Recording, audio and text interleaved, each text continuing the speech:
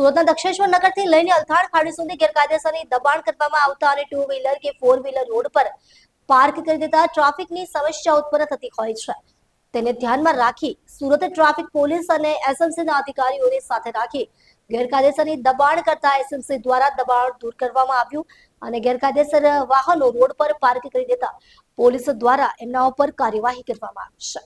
લાંબા સમયથી આ માર્ગ પર કેટલાક લોકો દ્વારા ગેરકાયદેસર રીતે દબાણો કરવામાં આવી રહ્યા હતા, જેના કારણે રોડ સંકુચિત થઈ જતો હતો. આ ઉપરાંત ટુ વ્હીલર અને ફોર વ્હીલર વાહન ચાલકો પોતાના વાહનો રોડ પર જ ઉભા રાખી દેતા હોવાથી ટ્રાફિક જામની ગંભીર સમસ્યા સર્જાતી હતી. ટ્રાફિક લોકો અને મુસાફરોને ભારે હાલાકીનો સામનો કરવો પડતો હતો.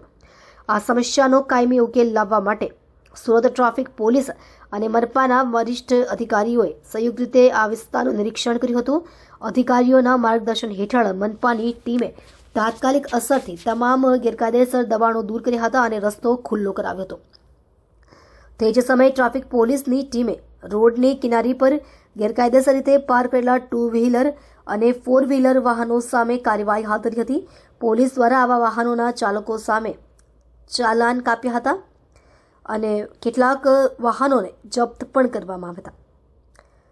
આ સંયુક્ત કાર્યવાહીથી વિસ્તારના લોકોમાં રાહતનો માહોલ છવાઈ ગયો છે. પોલીસ અને મહાનગરપાલિકાના અધિકારીઓએ જણાવ્યું હતું કે ભવિષ્યમાં પણ ગેરકાયદેસર દબાણો અને ખોટી રીતે વાહન પાર્કિંગ અટકાવવા માટે આવી કાર્યવાહી સતત ચાલુ રાખવામાં આવશે, જેથી શહેરમાં ટ્રાફિક વ્યવસ્થા સુચારુ રહી શકે.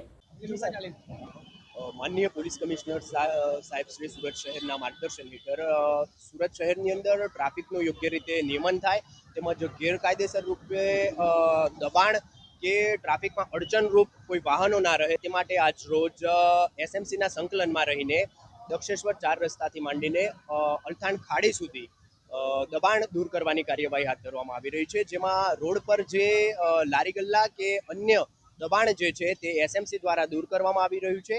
તેમજ જે ટુ વ્હીલર કે ફોર વ્હીલર વાહનો અયોગ્ય રીતે દબાણરૂપ પાર્ક થયેલા છે તે વાહનો ક્રેનના માધ્યમથી હટાવવાની કાર્યવાહી હાથ ધરવામાં આવી છે. તેમજ એમવી એક્ટ હેઠળ કાર્યવાહી હાથ ધરવામાં આવી રહી છે. સુરત શહેર ટ્રાફિક પોલીસ વતી તમામ સુરતના નાગરિકોને અપીલ છે કે તમારા વાહનોને રોડ પર રોડથી સાઈડમાં યોગ્ય રીતે પાર્ક કરો, જેથી ટ્રાફિકની સમસ્યા ના થાય તેમજ વાહન ચાલકો જે છે એ યોગ્ય રીતે રોડ પર પસાર થઈ શકે. બીજું કે જે લારી ગલ્લાવાળા પણ છે કે જે રોડ પર યોગ્ય રીતે દબાણ કરતા હોય છે તેઓને પણ અપીલ છે કે તમારા લારીને રોડથી સાઈડમાં યોગ્ય રીતે લગાવો, જેથી ટ્રાફિકની કોઈ સમસ્યા ના થાય.